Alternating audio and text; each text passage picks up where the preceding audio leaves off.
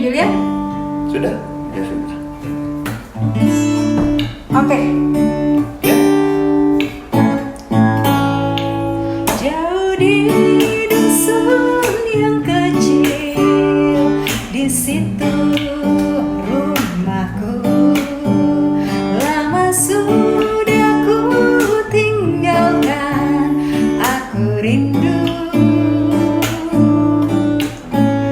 Tahun-tahun telah berlalu, menambah rinduku. Nantikan kedatanganmu, dusunku. Ingin mengulang lagi kenangan masa kecilku, kenangan hari Natal yang bahagia.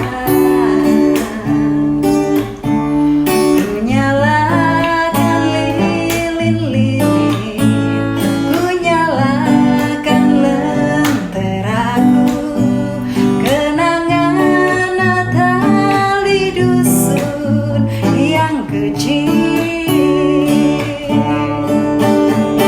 Ku ingin mengulang lagi kenangan masa kecilku, kenangan hari Natal yang bahagia.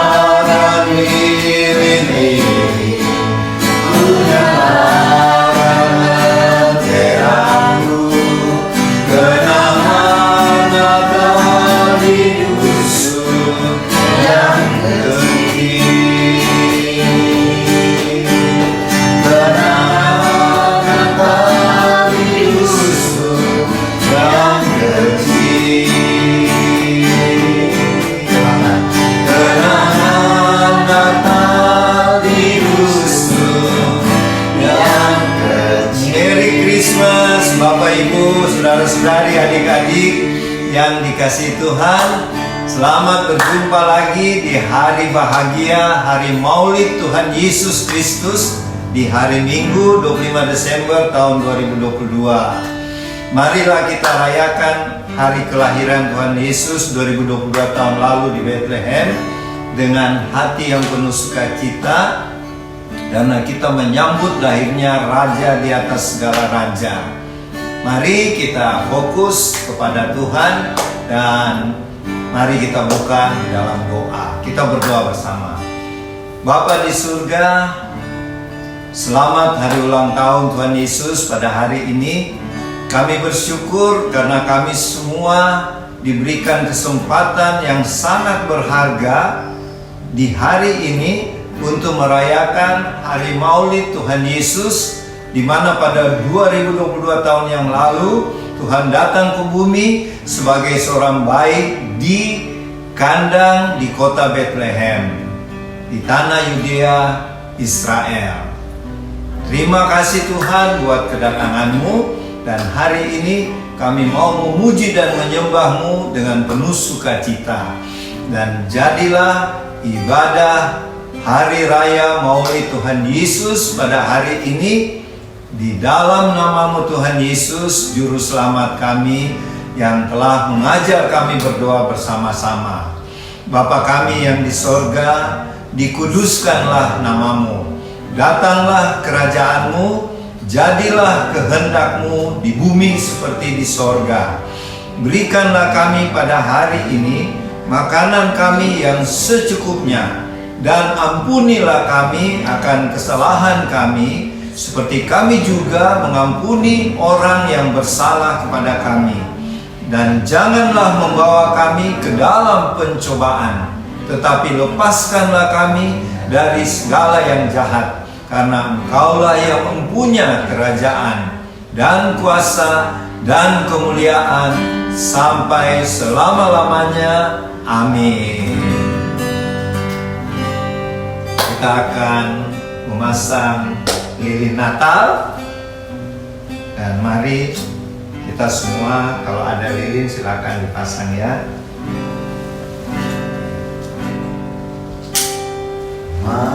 Malam kudus,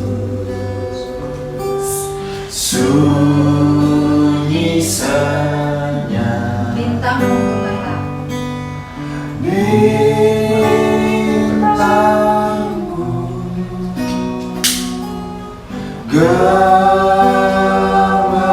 gemerlap, juru selamat manusia Ada datang di dunia. ada datang di dunia. Kristus anak Daud. Kristus anak Daud.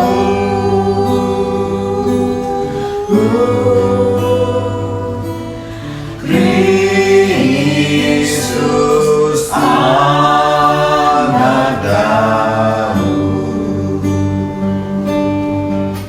Anak kecil, anak kudus. Anak kecil, anak kudus,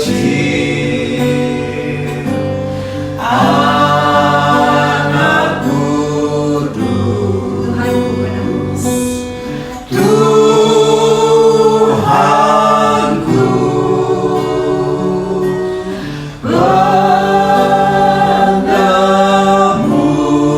penebus. Tentara surga menyanyi merdu. Tentara surga menyanyi merdu. Bawa kabar kedatangan. Bawa kabar kedatanganmu. Kristus anak Daud. Kristus anak Daud. Kristus anak Daud. Kristus anak Daud.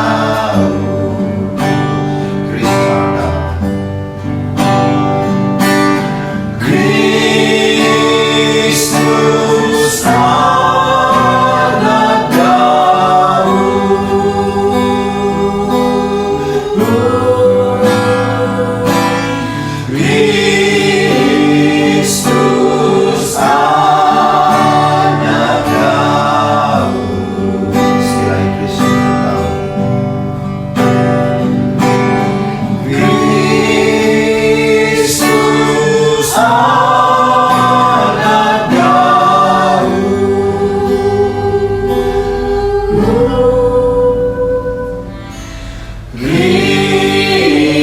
Kristus anak Daud.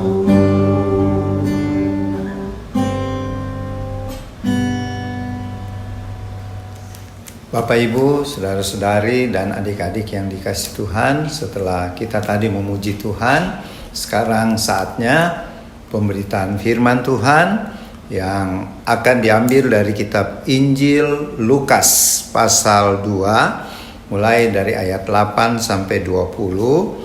Dari Injil Lukas pasal 2 ayat 8 sampai 20. Sebelum pemberitaan firman Tuhan, mari kita berdoa. Mohon pimpinan Allah Roh Kudus. Kita berdoa. Bapa Sorgawi, terima kasih Tuhan. Di hari bahagia, hari ulang tahun Tuhan Yesus, hari Maulid Tuhan Yesus, hari Minggu 25 Desember tahun 2022 ini, firman-Mu akan ditaburkan, akan diberitakan. Pimpinlah hamba-Mu yang akan menyampaikan, mulut perkataan hamba-Mu ini ya Allah Roh Kudus, sehingga apa yang hamba sampaikan seturut dengan kehendak dan rencana-Mu Tuhan. Dan sediakan hati kami semua yang mendengarkan seperti tanah yang subur, menerima benih yang kekal firman Tuhan, supaya berakar kuat di dalam hidup kami, bahkan menghasilkan buah-buah untuk kemuliaan nama Tuhan. Berfirmanlah ya Tuhan Yesus, kami siap mendengarkan firman-Mu. Di dalam nama-Mu Tuhan Yesus, haleluya, amin.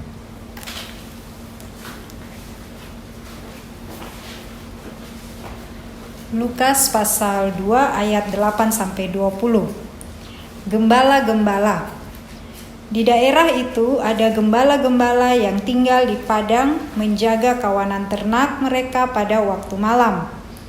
Tiba-tiba berdirilah seorang malaikat Tuhan di dekat mereka, dan kemuliaan Tuhan bersinar meliputi mereka, dan mereka sangat ketakutan. Lalu kata malaikat itu kepada mereka, "Jangan takut, sebab sesungguhnya aku memberitakan kepadamu kesukaan besar untuk seluruh bangsa. Hari ini telah lahir bagimu juru selamat, yaitu Kristus, Tuhan di kota Daud. Dan inilah tandanya bagimu. Kamu akan menjumpai seorang bayi dibungkus dengan lampin dan terbaring di dalam palungan." Dan tiba-tiba tampaklah bersama-sama dengan malaikat itu sejumlah besar bala tentara sorga yang memuji Allah, katanya, "Kemuliaan bagi Allah di tempat yang maha tinggi, dan damai sejahtera di bumi di antara manusia yang berkenan kepadanya." Setelah malaikat-malaikat itu meninggalkan mereka dan kembali ke sorga, gembala-gembala itu berkata seorang kepada yang lain, "Marilah kita pergi ke Betlehem untuk melihat apa yang terjadi di sana, seperti yang diberitahukan Tuhan kepada kita." Lalu mereka cepat-cepat berangkat dan menjumpai Maria dan Yusuf dan bayi itu yang sedang berbaring di dalam palungan. Dan ketika mereka melihatnya, mereka memberitahukan apa yang telah dikatakan kepada mereka tentang anak itu. Dan semua orang yang mendengarnya heran tentang apa yang dikatakan gembala-gembala itu kepada mereka. Tetapi Maria menyimpan segala perkara itu di dalam hatinya dan merenungkannya. Maka kembalilah gembala-gembala itu sambil memuji dan memuliakan Allah, karena segala sesuatu yang mereka dengar dan mereka lihat, semuanya sesuai dengan apa yang telah dikatakan kepada mereka. Amin. Bapak Ibu, saudara-saudari, adik-adik yang dikasihi Tuhan, kadang-kadang kita orang Kristen menganggap pekerjaan gembala itu pekerjaan orang miskin, orang yang rendah status sosialnya ya. Padahal kalau kita lihat di Alkitab, yang disebut gembala, pekerjaan gembala, contohnya Abraham. Abraham itu bapak orang percaya, dia kaya ya, bukan miskin. Pekerjaannya sebagai gembala. Kemudian kita lihat anaknya juga Ishak, dia juga kaya raya. Dan Daud, ya, dia tidak miskin. Tapi kadang-kadang kita orang percaya bilang, wah kalau gembala orang kecil, orang miskin. Tidak. Dan yang terakhir kita tahu, Tuhan Yesus sendiri, Tuhan kita, gelarnya adalah gembala yang baik. Jadi gembala itu satu profesi yang terhormat ya. Dan kalau disebut Tuhan Yesus itu gembala yang baik, itu adalah gelar. Kalau buat orang Israel itu seorang raja ya, gembala itu seorang raja. Bukan cuma penjaga domba, kambing di padang ya. Dan pembacaan kita hari ini bukan kebetulan Tuhan Allah memberitakan berita kelahiran Tuhan Yesus ke bumi, di bumi di Bethlehem, di tanah Yudea. Pertama-tama Tuhan Yesus, Tuhan Allah menyampaikan berita kelahiran Tuhan Yesus ini kepada siapa? Kepada para gembala, ya. Jadi itu satu kehormatan buat para gembala, ya. Dan kita lihat begini. Para gembala itu sesuai dengan firman kita hari ini sedang menjaga domba-dombanya di satu padang yang bernama Padang Efrata. Dan di Padang Efrata itu terkenal satu area yang namanya Migdal Eder. Apa itu Migdal Eder? Itu dalam bahasa Indonesia artinya menara kawanan domba. Jadi satu menara atau tugu yang disebut kawanan domba, ya, menara kawanan domba. Dalam bahasa Ibraninya atau bahasa Israelnya Migdal Eder. Migdal itu artinya apa? Menara atau tugu, Eder itu domba, kawanan domba, ya. Historis dari Migdal Eder ini adalah begini, ya. Kita kembali ke Perjanjian Lama. Pada waktu itu Yakub bersama istrinya kan ada 4, ya. Tetapi istri yang dia paling sayang si Rahel. Dalam perjalanannya Yakub untuk bertemu saudaranya Esau, dia melewati Efrata, ya. Di padang Efrata itu si Rahel istri dari Yakub mau melahirkan anak yang kedua, ya. Kita tahu anak pertamanya Rahel yaitu Yusuf, ya, Yusuf. Dan kemudian kita tahu adiknya Yusuf Benyamin. Jadi ini saatnya Rahel istri Yakub akan melahirkan Benyamin. Dan waktu dia mau melahirkan, Yakub dan Rahel beserta rombongan berhenti di Efrata, ya. Dan disitulah Rahel istri tercinta dari Yakub. Yakub itu adalah bapa 12 suku, ya, 12 anak-anak yang menjadi suku-suku Israel. Di padang Efrata inilah Rahel melahirkan. Karena dia melahirkan dalam keadaan menderita, bahkan setelah dia melahirkan dia meninggal, ya. Jadi sebelum dia meninggal, dia katakan kepada suaminya Yakub, kalau anak ini lahir kasih nama dia Benoni. Apa itu Benoni? Artinya anak laki-laki yang membuat saya menderita. Jadi sebenarnya artinya sama dengan Yabes. Ini anak bikin sial. Nah, itu artinya Benoni, ya. Jadi kalau kasihan kalau orang nama Benoni sebenarnya itu anak sial, ya. Sama dengan Yabes lah. Tetapi waktu Rahel sudah meninggal, Yakub tidak sampai hati. Bayi yang baru lahir ini, dia tidak ikuti permintaan Rahel istrinya yang sudah almarhumah, ya, baru meninggal. Dia ganti namanya menjadi Benyamin. Benoni artinya anak kesengsaraan, sedangkan Benyamin artinya anak yang perkasa, anak tangan kananku. Jadi satu kebanggaan Yakub dengan lahirnya Benyamin, ya. Jadi Benoni yang diberikan nama oleh Rahel, ibunya yang sudah meninggal waktu melahirkan, diganti oleh ayahnya si Yakub menjadi nama Benyamin. Nah, dalam kesedihannya Yakub, dia menguburkan istrinya Rahel di Efrata itu. Dan di atas kuburan Rahel didirikanlah satu menara, satu tugu, ya. Itu yang disebut Migdal Eder. Kenapa Yakub namakan Migdal Eder? Migdal itu menara, ya, atau tugu. Eder itu kawanan domba. Karena untuk mengenang istrinya yang tercinta, si Rahel.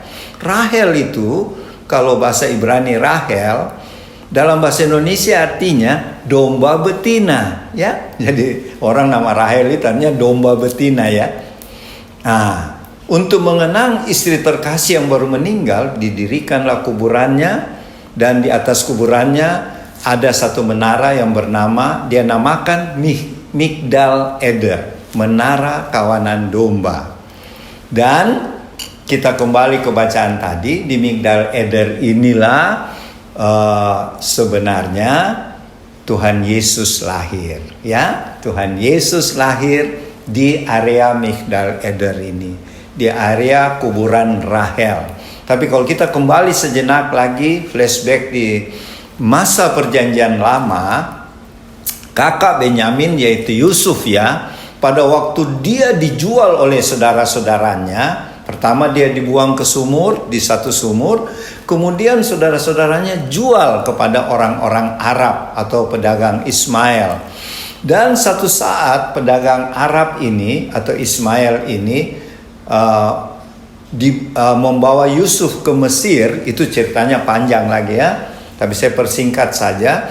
Ketika melewati padang Efrata, Yusuf mengingat kuburan mamanya Rahel. Dan kalau menurut cerita di kitab Talmud, kitab tuanya orang Yahudi, di kuburan Rahel inilah, kuburan ibunya Yusuf ini, Yusuf menangis. Dia singgah di kuburan ibunya yang bernama Rahel ya. Dia menangis itu. Dia berkata, "Ibu, kenapa saya harus alami ini? Saya dianiaya kakak-kakakku. Bahkan saya sekarang mau dijual ke Mesir." Tiba-tiba, ini menurut cerita Talmud ya, dan ini dipercaya oleh semua orang Yahudi ya. Yusuf mendengar suaranya ibunya yang sudah meninggal ya di kuburan itu. Suara ibunya Rahel itu berkata, "Bersabarlah anakku Yusuf, jalanilah hidupmu ini karena Tuhan ada punya rencana buatmu." Dan kita tahu kemudian itulah yang membuat Yusuf sabar sampai dia di Mesir. Dia mengalami lagi fitnah dari istri Potifar, dia masuk penjara, dan kita tahu akhirnya dia menjadi orang kedua yang berkuasa di Mesir, sehingga dia bisa menolong saudara-saudaranya, ayahnya sendiri dari bala kelaparan waktu dia menyuruh pasukan Mesir untuk menjemput Yakub dan saudara-saudaranya. Nah, itulah kisah Yusuf. Dan dia pernah menangis di kuburan mamanya, yaitu Rahel, kuburannya Rahel, yang telah dibangun satu menara di atas kuburan itu. Kalau kita nanti ke Israel lagi, ke kota Bethlehem, mesti singgah di kuburan Rahel ini yang disebut Migdal Eder. Jadi sekarang apa hubungannya dengan pembacaan kita tadi? Pembacaan kita tadi yaitu begini ya. Para gembala itu bukan pekerjaan yang rendah ya. Para gembala ini adalah sebenarnya menggembalakan domba, untuk domba-domba itu dikorbankan di bait Allah. Jadi Migdal Eder atau Padang Efrata itu kira-kira 10 km dari Yerusalem. Jadi tiap hari di bait Allah para imam mempersembahkan korban bakaran. Korban bakaran itu dilakukan pada waktu pagi, seekor anak domba yang tidak bercacat ya, dan pada waktu petang 1 ekor anak domba. Jadi tiap hari ada 2 ekor anak domba yang harus dipersembahkan di mezbah bakaran itu oleh para imam di bait Allah. Ya, dan mereka mengambil domba-domba, anak domba untuk persembahan itu 1 hari 2 ekor itu di Padang Efrata, yang dimana pada waktu itu para gembala sedang menjaga dombanya di tengah malam. Muncullah malaikat Tuhan. Malaikat ini adalah malaikat Gabriel ya, yang disuruh Tuhan Allah Bapa untuk menyampaikan berita baik, berita Injil kelahiran Tuhan Yesus kepada para gembala. Ini tandanya Tuhan Allah menghormati para gembala ya, yang menyediakan tiap-tiap hari 2 anak domba untuk dikorbankan di bait Allah. Ini juga tindakan profetik, tindakan nubuatan, karena kita tahu Tuhan Yesus siapa? Tuhan Yesus adalah anak domba Allah yang akan dikorbankan di kayu salib di Bukit Golgota. Jadi kelahiran Tuhan Yesus ada hubungannya dengan Paskah. Tuhan Yesus mati di kayu salib.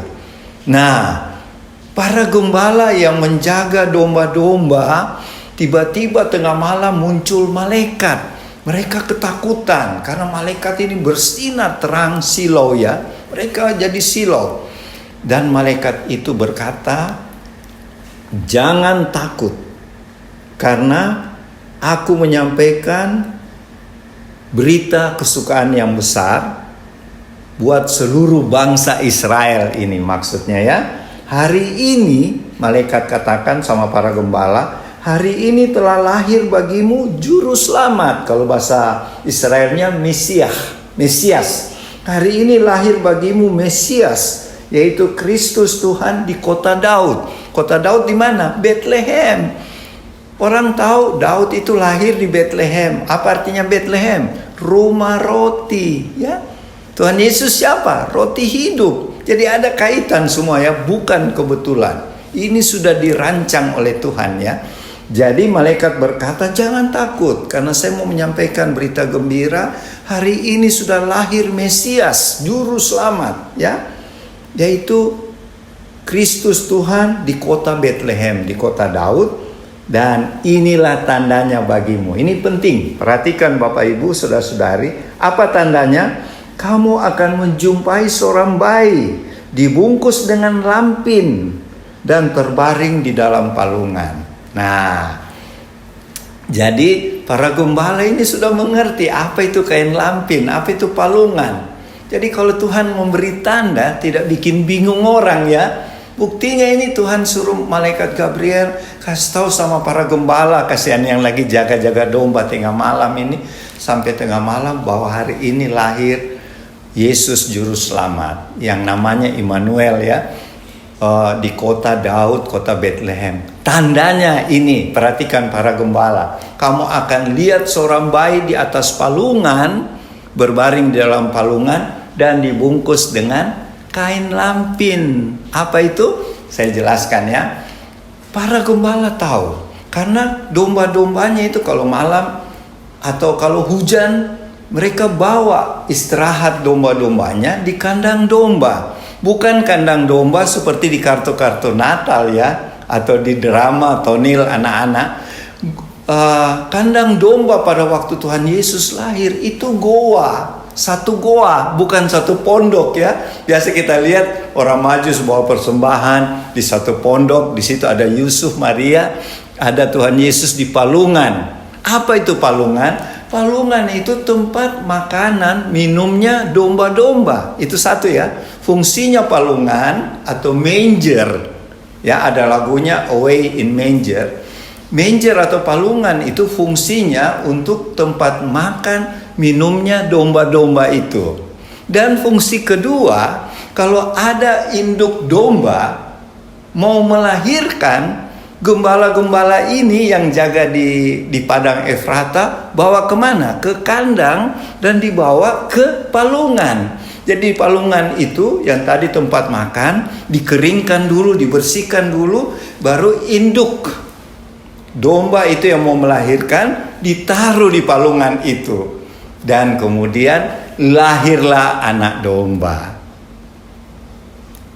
Cocok sekali ya. Tuhan Yesus siapa? Anak domba Allah. Lahir di mana? Di palungan juga ya. Jadi ini nubuatan ya, sejak dari perjanjian lama, cuma diwujudkan di perjanjian baru, disempurnakan. Jadi anak domba itu lahir di palungan juga. Jadi ketika induknya sudah mau melahirkan, cepat-cepat para gembala taruh di palungan. Jadi waktu induknya melahirkan anak domba, si gembala lihat, wah ini harus cepat dibungkus dengan apa? Kain lampin. Jadi kain lampin itu untuk membungkus anak domba yang baru lahir, supaya anak domba itu tidak cacat, tidak tergores atau apa. Kain lampin itu kalau sekarang mungkin seperti apa itu, lawyer, apakah pampers atau apa ya.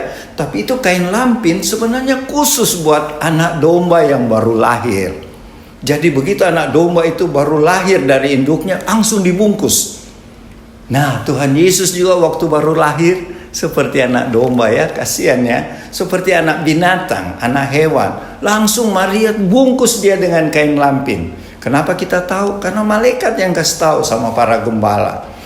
Pergilah hari ini lahir juru selamat Kristus Tuhan di kota Daud di Bethlehem. Dan tandanya bayi itu ada di atas palungan tempat bayi anak domba juga lahir, dan dia dibungkus dengan kain lampin. Gembala-gembala tahu kain lampin itu buat anak domba yang baru lahir supaya tidak cacat atau kedinginan, dibungkus dengan kain lampin. Di sini kita belajar Bapak Ibu ya, semua tentang Tuhan Yesus cocok dengan domba ya, anak domba yang baru lahir di palungan, tempat anak domba makan, minum dan melahirkan induknya. Dan kita ingat waktu Yohanes Pembaptis bilang sama murid-muridnya, yaitu Petrus, Andreas, Yohanes, lihatlah anak domba Allah yang akan mengangkut dosa-dosa isi dunia. Yohanes Pembaptis tahu karena sepupunya Tuhan Yesus ya, bahwa inilah Mesias yang lahir di Bethlehem sesuai dengan nubuatan Nabi Mika ya. Kalau kita baca di Mika 5 ayat 1, hai Bethlehem, engkau yang terkecil, tapi daripadamu akan lahir seorang raja yang akan memerintah kekal selama-lamanya. Siapa dia? Tuhan Yesus ya. Jadi indah sekali berita Natal hari ini. Kita bisa ambil pelajaran pertama. Marilah kita seperti para gembala, kita bekerja di satu pekerjaan yang terhormat, dan kita mendapat pesan dari Tuhan melalui firman-Nya atau melalui hamba-hamba Tuhan seperti saat ini disampaikan, kita langsung bereaksi. Karena waktu habis malaikat menyampaikan berita kelahiran Tuhan Yesus itu, mereka para gembala langsung bilang, mari kita pergi melihat. Mari kita cepat-cepat pergi melihat anak yang baru lahir itu. Jadi yang pertama, ketika mendengar firman Tuhan, kita harus cepat bereaksi ya. Bukan lambat-lambat, pikir-pikir dulu, duduk-duduk dulu. Tidak. Kayak seperti para gembala, mereka langsung bereaksi. Mereka pergi cari itu bayi yang baru lahir, juru selamat itu. Dan betul, mereka temukan di kandang itu. Kandang itulah di Migdal Eder tadi ya. Migdal Eder, tempat kuburan Rahel. Jadi kalau Bapak Ibu saudara-saudari ke Bethlehem di tanah suci Israel, ada gereja Nativity namanya. Nativity itu tempat Tuhan Yesus lahir. Dulu itu kandang domba ya, sebuah goa, bukan sebuah pondok, goa. Dan di dalam goa itu ada palungan dan Tuhan Yesus dibungkus kain lampin.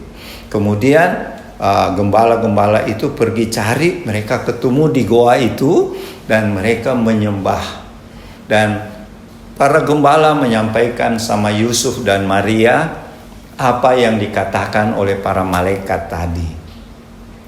Dan Maria mengerti, Maria menyimpan dalam hatinya ya apa berita yang disampaikan oleh para gembala. Jadi hal yang kedua, pertama tadi kita harus seperti para gembala. Ketika dengar firman, bukan kita pasif ya, kita harus bereaksi, segera bertindak seperti para gembala, langsung pergi cari Tuhan Yesus. Yang kedua, mereka menyampaikan kabar baik itu kepada Yusuf dan Maria. Jadi marilah kalau kita mendengar firman Tuhan atau berita Injil, kita kabarkan juga kepada siapa saja, keluarga kita atau siapa saja. Dan yang ketiga, kita belajar dari para gembala, setelah mereka menyembah, bertemu Tuhan, menyampaikan berita gembira, mereka pulang, mereka memuji-muji Tuhan. Nah, kita juga kalau sudah menerima keselamatan dari Tuhan Yesus, marilah teman-teman Warlot kita bersuka cita, kita bersyukur dengan cara kita terus bersaksi, melayani Tuhan sampai Tuhan Yesus datang yang kedua kali.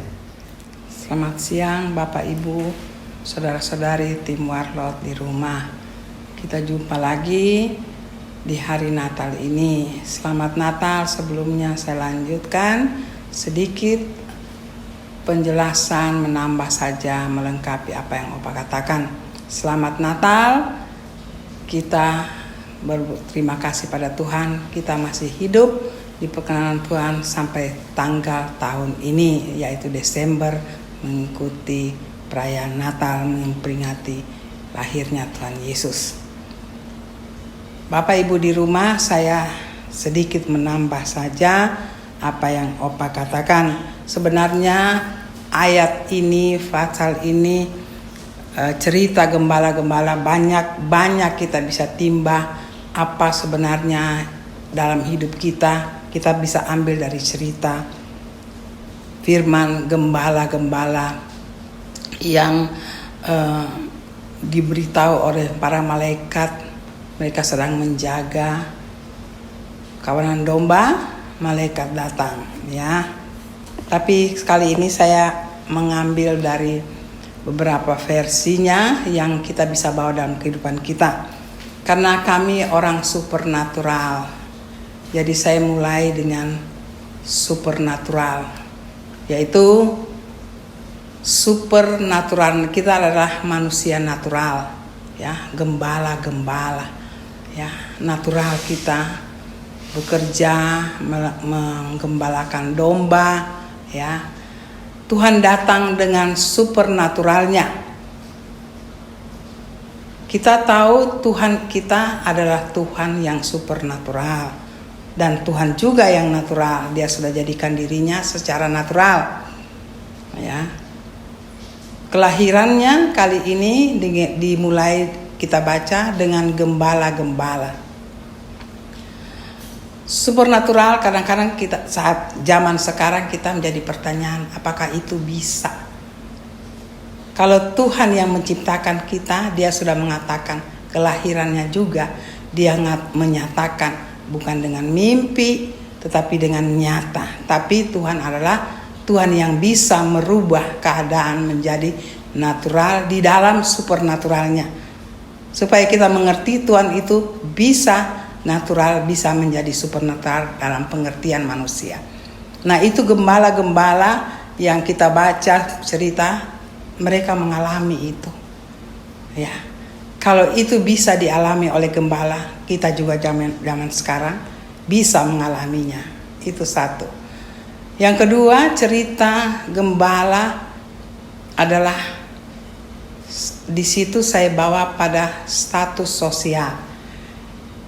Bisa kita bawa status sosial gembala yang punya status sosial tinggi, tapi bisa juga di dalam keadaan status sosial, saya tidak bilang miskin, ya, tetapi mereka hidup di dalam standar sosial yang di bawah, yaitu menggembalakan domba.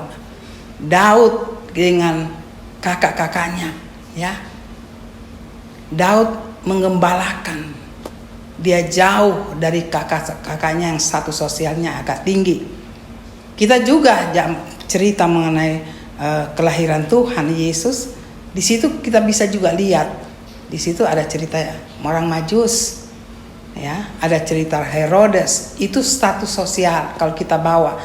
Itu bisa, tapi itu panjang. Tapi saya membawa gembala-gembala yang mewakili status sosial yang biasa, ya. Kalau kita melihat yang status sosialnya yang di bawah, tentu sekarang ada status gembala juga. Saya tidak memfokuskan status sosial di situ, tetapi saya melihat bagaimana status sosial di mata Tuhan, ya. Itu bisa dilihat dari gembala. Karena saya perbandingkan dengan cerita orang Majus, Herodes yang tahu. Itu status sosial di dalam kehidupan dunia sekarang, khususnya kita anak-anak Tuhan, ya. Tuhan datang dengan status sosial yang biasa, ya. Gembala mewakili masyarakat, ya, yang biasa cari hidup. Tuhan memulainya dari situ. Kenapa Tuhan tidak memulainya dari ketiga orang Majus, atau memulainya dari Raja Herodes, ya, yang waktu itu memerintah menguasai bangsa Israel. Tapi Tuhan memulainya dari gembala yang biasa, ya. Tuhan katakan kepada yang biasa, status sosial biasa, karena Dia mau datang untuk menyelamatkan orang-orang yang memang punya pengertian kehidupan mereka dalam tanda kutip status sosial biasa, di situ manusia menganggapnya banyak penderitaan. Nah, dengan itu Tuhan mau katakan bahwa keadaan status sosial yang biasa yang tidak dipandang manusia, aku ada di situ. Ya. Kita bisa lihat juga cerita bagaimana Daud dengan kakaknya. Dia biasa, tapi Tuhan bertemu dia. Jadi kalau kita bisa analisa bahwa kehidupan sosial justru tuh banyak manusia, ya, masyarakat kita atau zaman kita sekarang ini, kehidupan status sosial yang biasa, bahkan bisa katakan dalam penderitaan.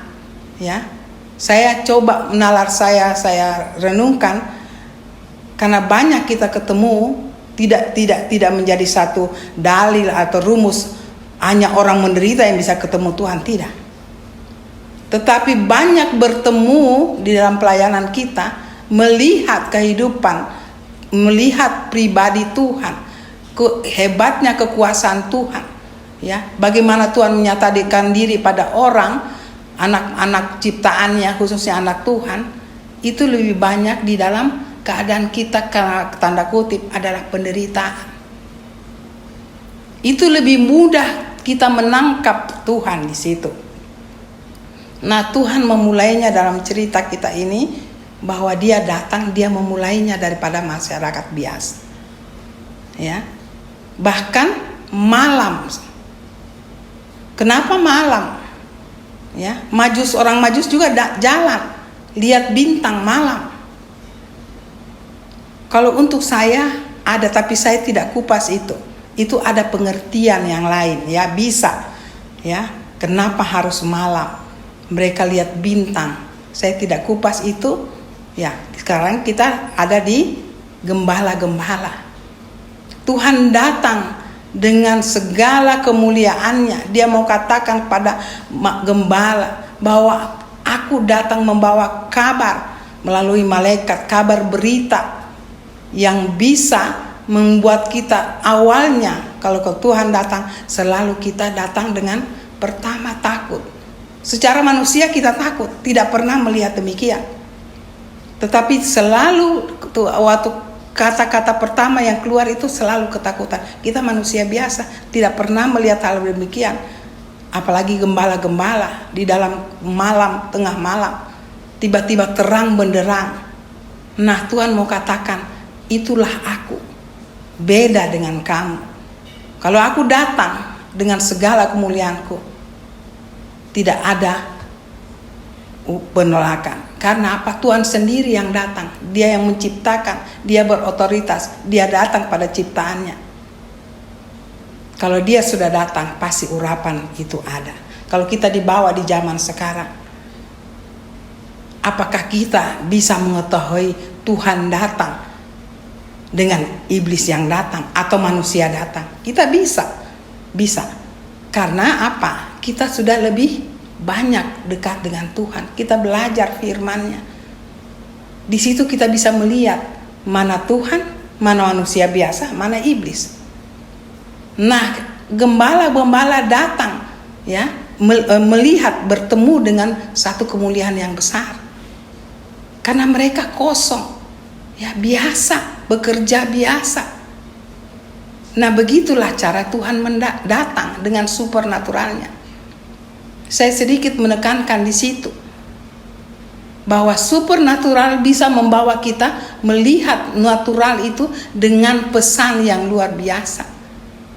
Jadi kalau kita mau hidup secara supernatural, kita harus dekat dengan Tuhan. Ya. Mungkin kita berdoa. Saya percaya gembala-gembala waktu itu adalah bangsa Yahudi, ya, yang selalu hidup, ada komunikasi dengan imam-imam mewakili Tuhan. Mereka tahu status mereka, jadi mereka tahu, mereka kenal, tapi tiba-tiba datang di luar daripada apa yang biasa mereka alami, kehidupan di dalam Tuhan.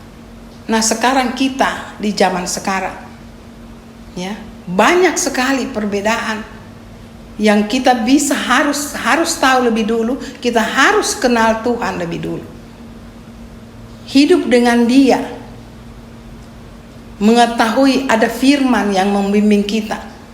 Dan kita, kalau kita sungguh-sungguh, Tuhan melalui kuasa Roh Kudusnya yang sudah diam dengan kita akan memberi tanda.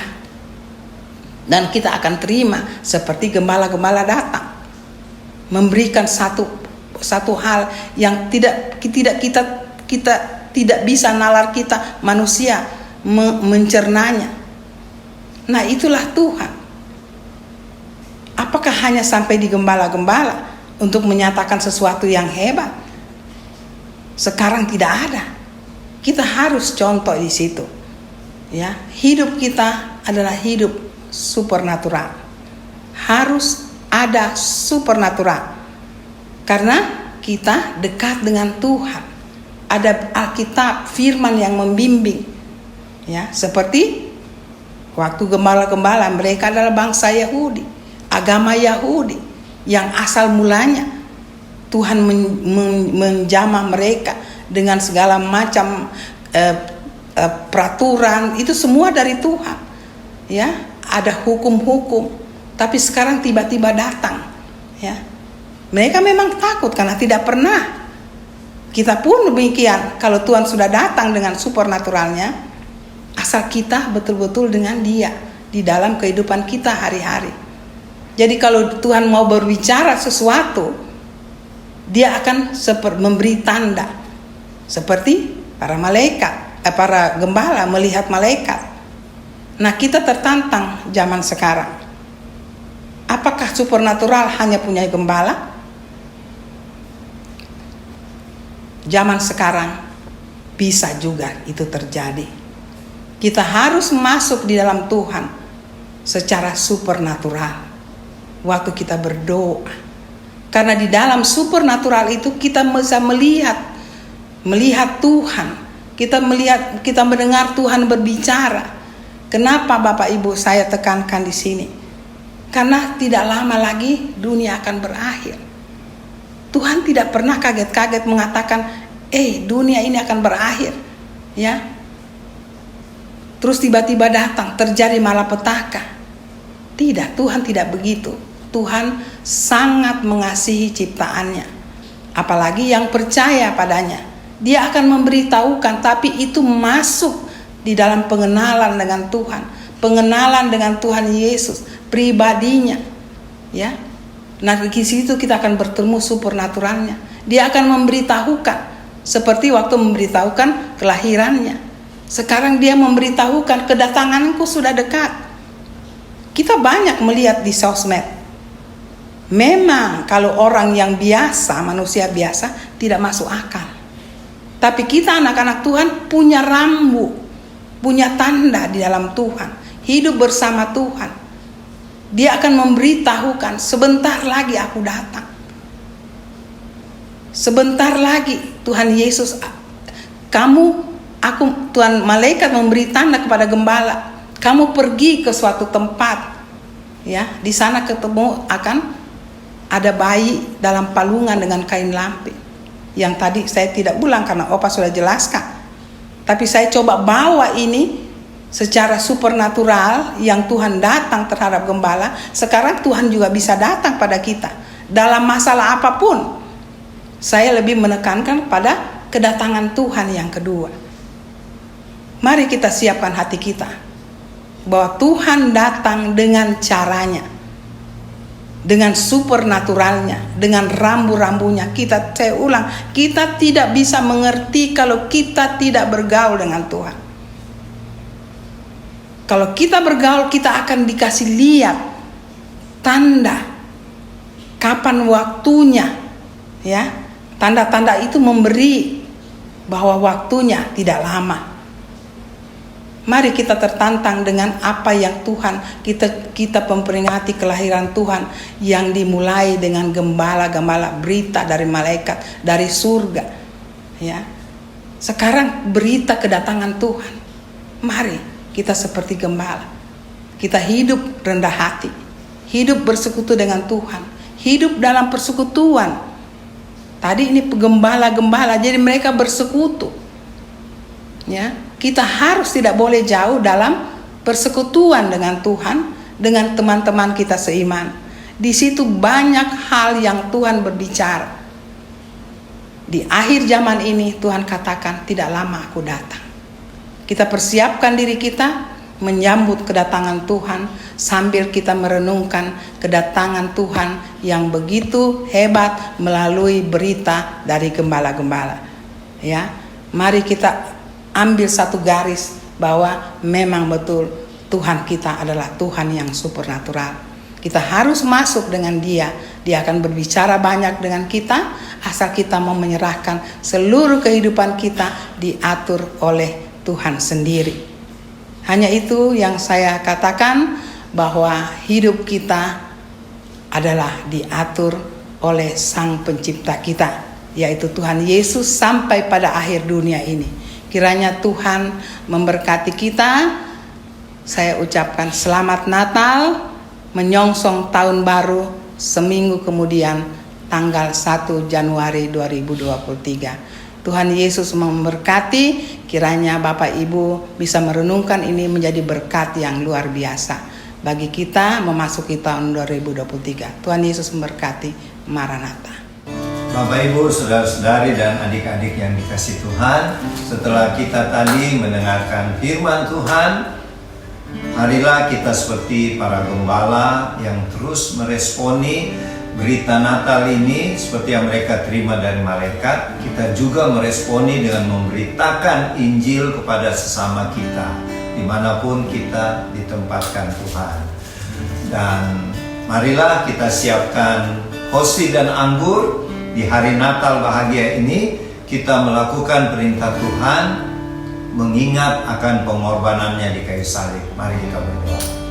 Bapa di surga, terima kasih buat firman-Mu tadi. Jadikanlah kami pelaku-pelaku firman seperti para gembala yang terus antusias memberitakan Injil Kristus, kelahiran Tuhan Yesus. Demikian juga kami Tuhan. Dan saat ini kami mau melakukan perintah Tuhan, yaitu melakukan perjamuan kudus. Layakkanlah kami semuanya Tuhan untuk menerima tubuh dan darah-Mu. Di dalam nama Tuhan Yesus. Amin.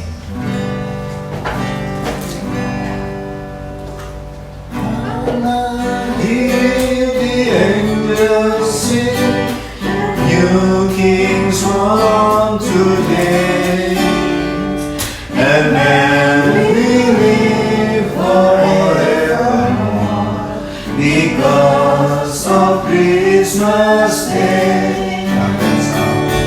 Trumpets sound and angels sing, listen what they say, and then we live forevermore because of Christmas Day.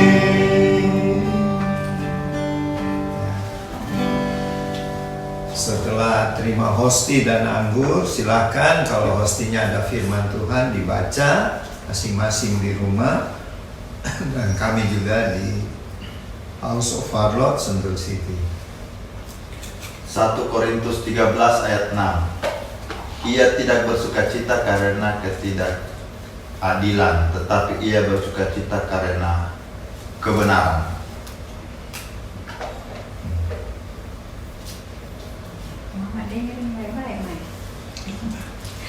Amsal 3 ayat 9a. Muliakanlah Tuhan dengan hartamu.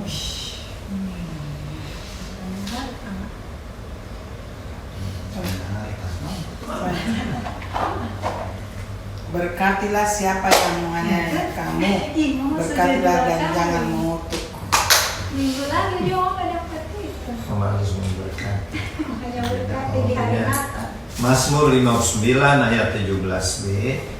Engkaulah Tuhan telah menjadi kota bentengku, tempat pelarianku pada waktu kesesakan. Ya, oke. Jadi pesan buat Warlot pada hari Natal ini apa tadi? Apa?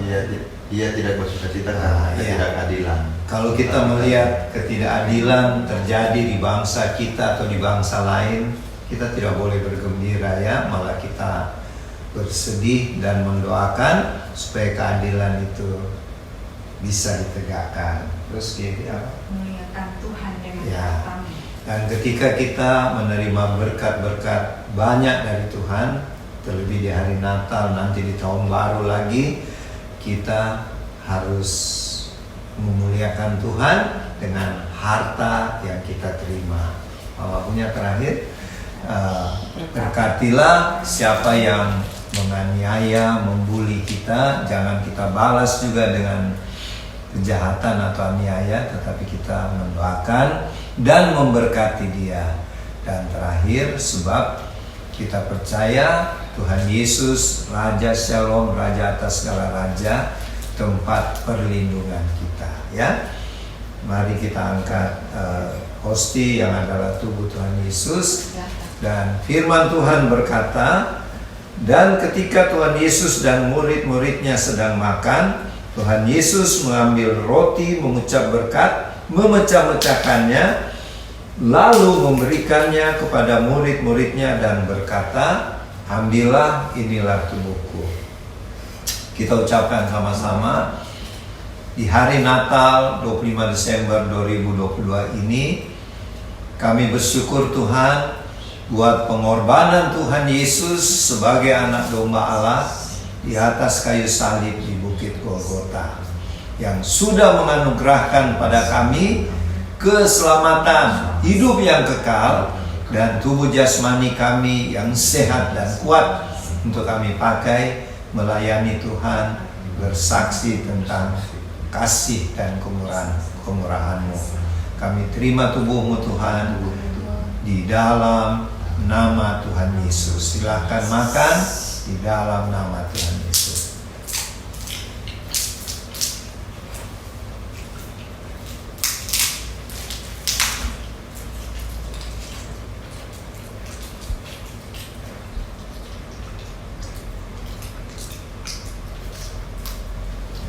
Terima kasih Tuhan Yesus.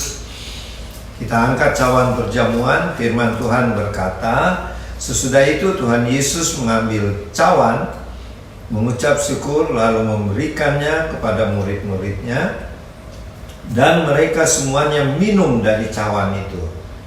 Dan Tuhan Yesus berkata, inilah darahku, darah perjanjian yang ditumpahkan bagi banyak orang. Kita ucapkan sama-sama, terima kasih Tuhan Yesus buat darah-Mu, darah anak domba Allah, darah yang suci yang telah tercurah di kayu salib di Bukit Kalvari. Darah-Mu yang suci sudah memeteraikan kami sekeluarga sebagai warga-warga kerajaan sorga, menjadi duta-duta kerajaan-Mu yang diutus untuk memberitakan Injil-Mu, memenangkan jiwa-jiwa bagi Tuhan Yesus dengan memakai kuat kuasa dan hikmat dari Roh Kudus. Kami terima darah-Mu Tuhan di dalam nama Tuhan Yesus. Silakan minum dengan iman dalam nama Tuhan Yesus.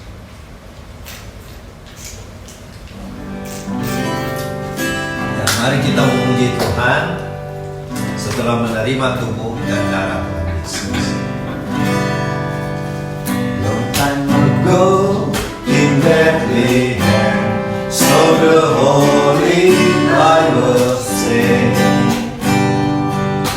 Mary's first child, Jesus Christ, was born on Christmas Day. On the angels sing, a new is born today, and Mary lives forevermore because of Christmas Day. Trumpets sound, angels sing.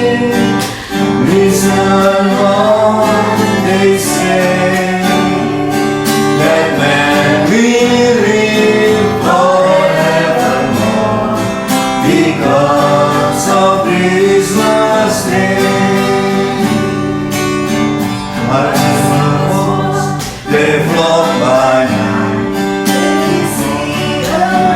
blue sky.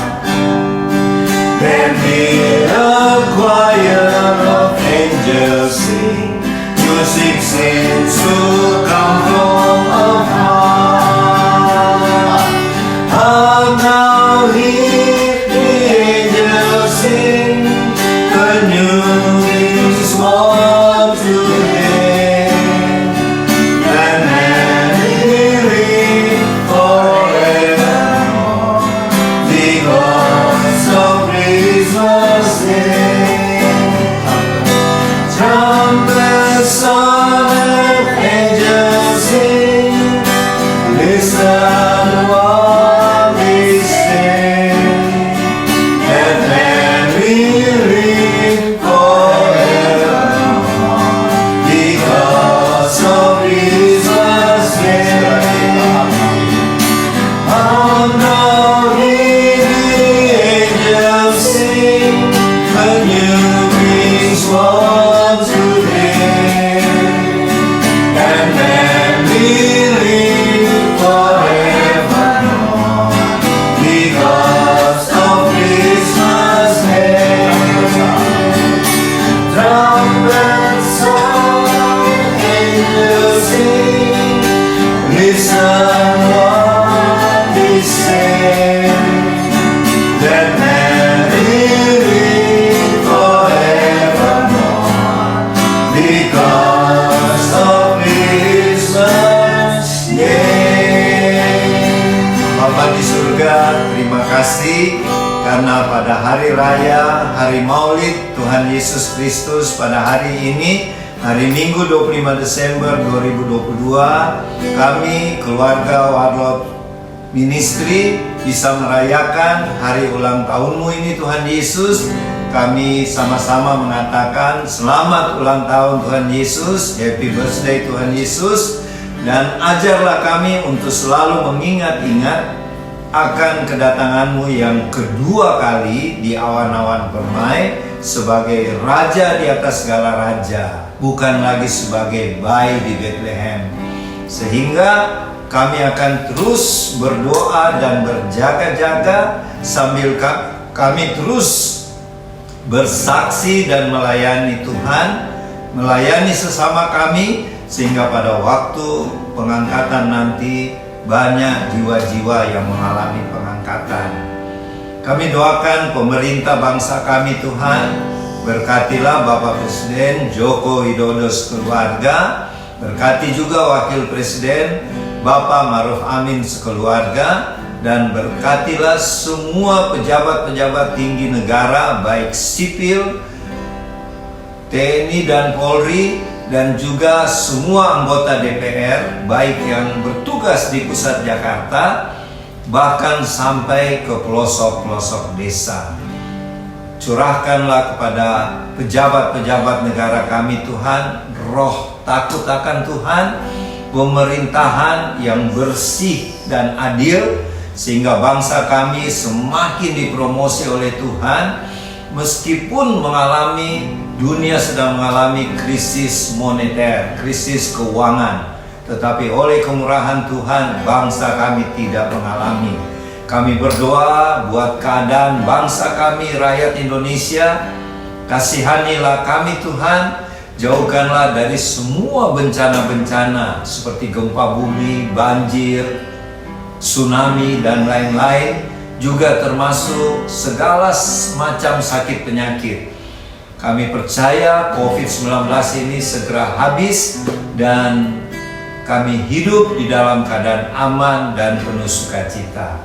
Bagi Bapak, Ibu, Saudara-saudari, adik-adik yang berbahagia karena hari ulang tahun atau promosi dalam jabatan dan lain sebagainya, kiranya Tuhan memberkati sukacita, berkat panjang umur, dan terus meningkat baik dalam bisnis, pekerjaan, maupun dalam studi.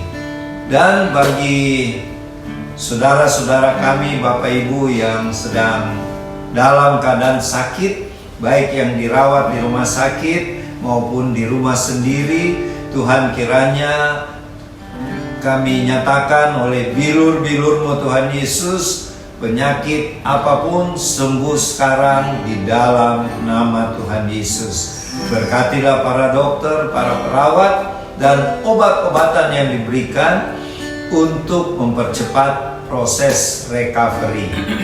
Terima kasih Tuhan. Ingatkanlah kami keluarga Warlord Ministry untuk terus tetap semangat melayani Tuhan, memenangkan jiwa-jiwa bagi Tuhan sebelum kedatangan Tuhan Yesus yang kedua kali. Terima kasih Tuhan. Di dalam beberapa hari mendatang ini kami sedang menyongsong tahun baru 1 Januari 2023. Kami mohon Tuhan penyertaan Tuhan di hari-hari terakhir di tahun 2022 ini, agar kami semua bersama-sama dengan orang-orang tua kami, saudara-saudara kami, anak-anak, cucu-cucu kami, mungkin yang ada dekat dengan kami maupun jauh di kampung halaman. Kiranya Tuhan pimpin kami, lindungi kami, sehingga kami oleh perkenanan Tuhan dapat memasuki tahun baru hari Minggu 1 Januari 2023 di dalam perlindungan penyertaan Tuhan. Terima kasih Tuhan. Dan saat ini kami mau menerima berkat-berkat daripada-Mu. Kiranya berkat-berkat dari Allah Bapa yang berlimpah-limpah melalui anaknya Yesus Kristus Tuhan kami, dan persekutuan dengan Allah Roh Kudus menyertai Bapak Ibu, saudara-saudari, adik-adik dengan keluarga masing-masing, dan kami yang berada di Tabernacle House of Warlord Sentul City. Mulai saat ini sampai Tuhan Yesus datang di awan-awan permai, bahkan menyertai kita semua sampai selama-lamanya. Di dalam nama Tuhan Yesus, amin.